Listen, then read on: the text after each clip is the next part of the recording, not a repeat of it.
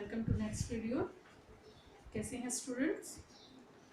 अच्छे हैं? जैसे नव्या कह रही है बहुत अच्छी हूँ आप उसी तरह बहुत अच्छा हुए। ठीक है बेटा, हम पढ़ रहे थे इंटीजर और इंटीजर में हम आ गए हैं मल्टीप्लिकेशन पर। एडिशन कर चुके, सब्ट्रैक्शन कर चुके, अब हम कल किया था हमने मल्टीप्लिकेशन। सिंपल सा मल्टीप्लिकेशन किया था। अब हम उसकी प्रॉपर्टीज पढ़ लेते हैं कि प्रॉपर्टीज के साथ मल्टीप्लिकेशन इंटीजर में कैसे करते हैं। जैसे एडिशन का प्रॉपर्टी था, सब्ट्रैक्शन का प्रॉपर्टी था, वैसे ही मल्टीप्लिकेशन में उन प्रॉपर्टी का कैसे यूज होता है।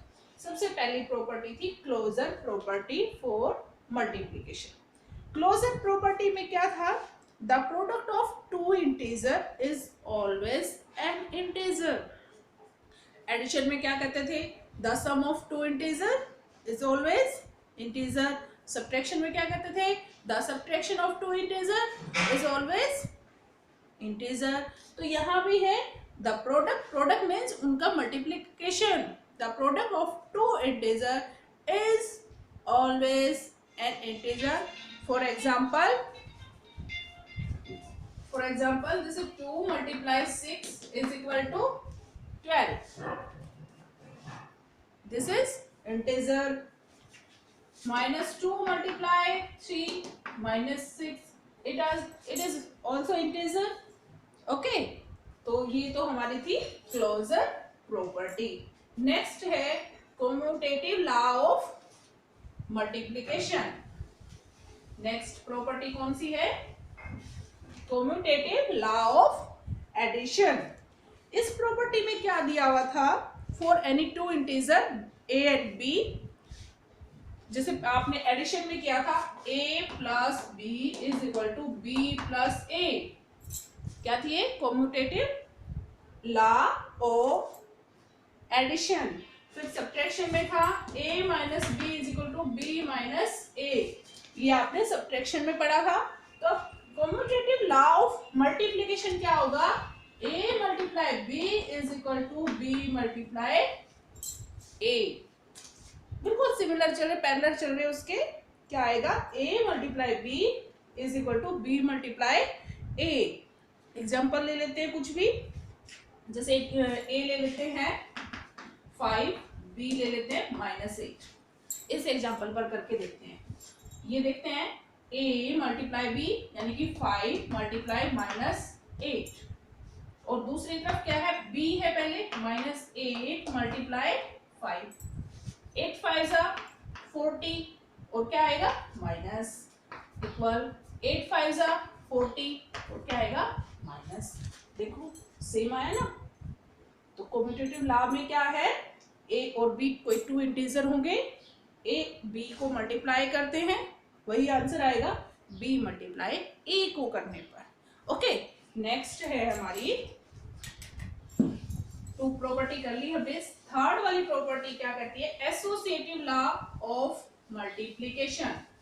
एसोसिएटिव में कितने इंटीजर थे? 3। कम्यूटेटिव में कितने थे? 2। अब एसोसिएटिव लॉ ऑफ मल्टीप्लिकेशन में क्या होता है? For any integer a b c, तो क्या होता है जब a b c, तो इसके अंदर क्या होता है? a multiply b multiply c, या फिर इसको ऐसे लिख सकते हो पहले, sorry, a multiply b multiply c। पहले a और b का मल्टीप्लाई, फिर a multiply b multiply c, फिर लास्ट टू की मल्टीप्लिकेशन।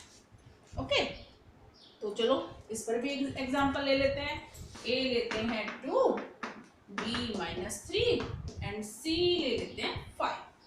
ओके, तो इसमें आप रख के देते हैं। a की जगह लिखना है 2 मल्टीप्लाई -3, ये हो गया। फिर c 5। दूसरी side right hand side a क्या है मेरे पास? 2, और b क्या है? -3 मल्टीप्लाई c क्या है? 5। ओके, a और b की मल्टीप्लाई 2 3 जा 6 -6, क्योंकि एक इंटीजर किसका है? माइनस का। मल्टीप्लाई 5, दूसरी साइड 2 ऐसे लिखेंगे पहले, इन दोनों का मल्टीप्लिकेशन करेंगे। 5 3 सा 50, बट माइनस का सिंबल आएगा क्योंकि एक इंटीजर क्या है माइनस। अब 6 5 जा 30 माइनस 15 2 जा 30 minus, both side are equal, so a multiply b multiply c, या फिर a multiply b multiply c। तो ये कौन सी प्रॉपर्टी हो जाएगी, एसोसिएटिव लॉ ऑफ मल्टीप्लिकेशन।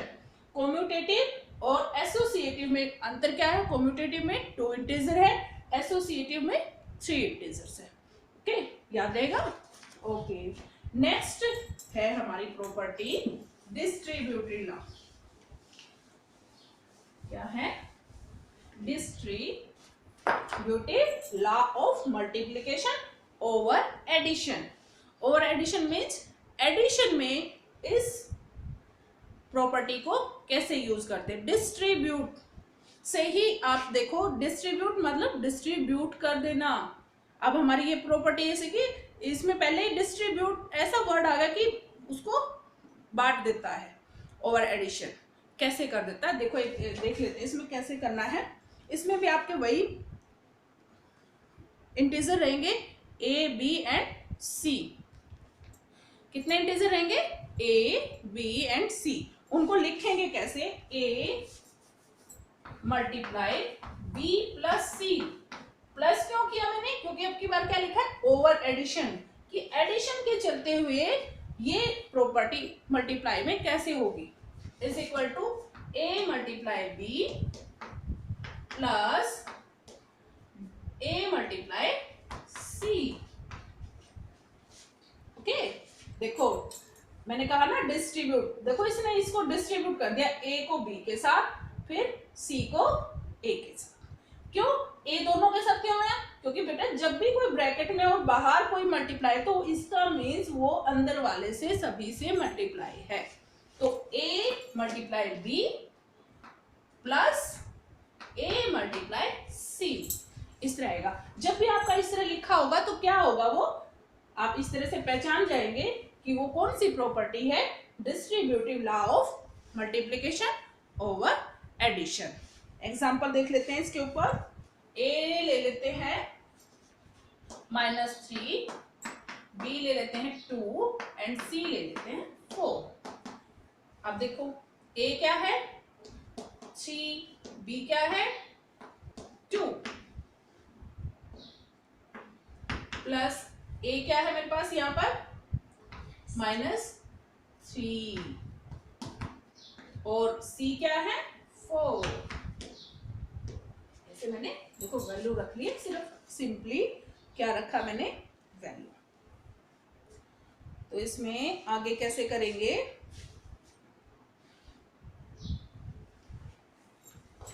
3 2 जा 6, 3 2 जा 6 बट माइनस, प्लस 3 4 जा 12 बट माइनस, क्योंकि एक इंटीजर किसका है, माइनस का। -6 और -12 दोनों ही नेगेटिव इंटीजर है, तो कितने हो गए 18 और माइनस का नेगेटिव, सॉरी नेगेटिव इंटीजर है ये, इसलिए नेगेटिव 18 -18। तो क्या रहा ये, इस प्रॉपर्टी में इस तरह से रख देंगे और ये सिंपलीफाई हो जाएगा। अब है नेक्स्ट प्रॉपर्टी है डिस्ट्रीब्यूटिव ओवर एडिशन, हो गई हमारी। नेक्स्ट आ जाती है just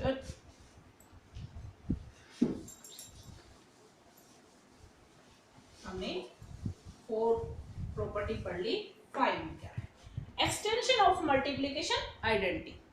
extension of multiplication identity में क्या है, जैसे भी हमारे पास कोई भी एक integer, for every integer a we have, उसके साथ क्या करेंगे, a मल्टीप्लाई 1, इसको 1 से identity means 1, a multiply 1 is equal to 1 multiply a is equal to a.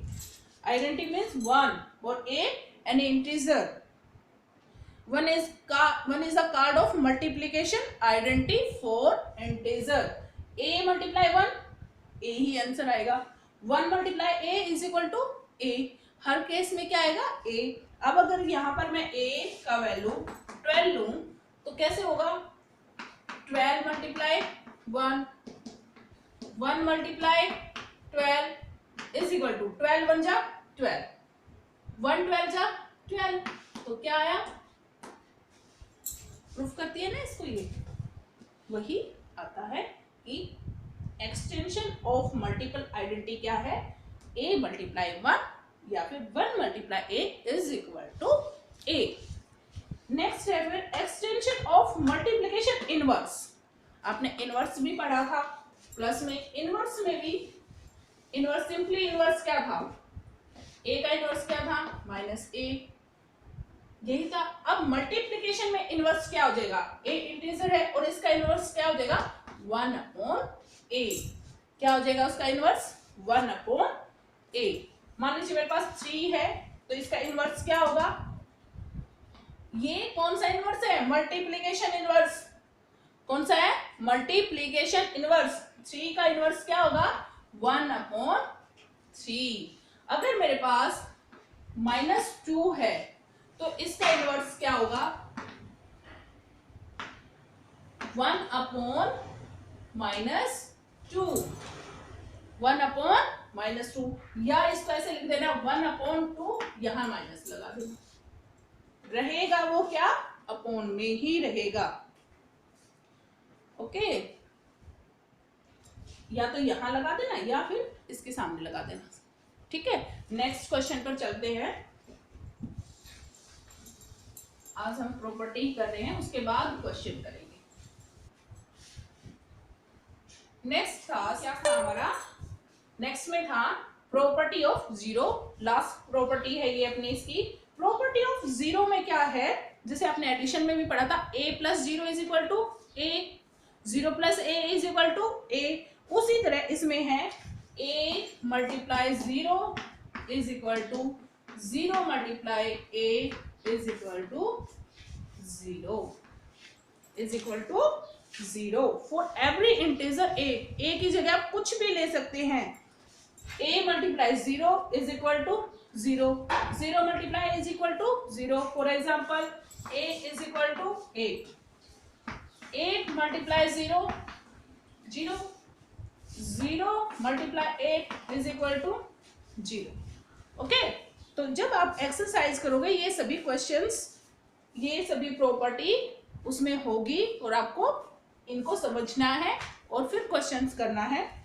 हमने 1 2 3 क्वेश्चंस कर लिए थे, कितने क्वेश्चन कर लिए थे 1 2 3।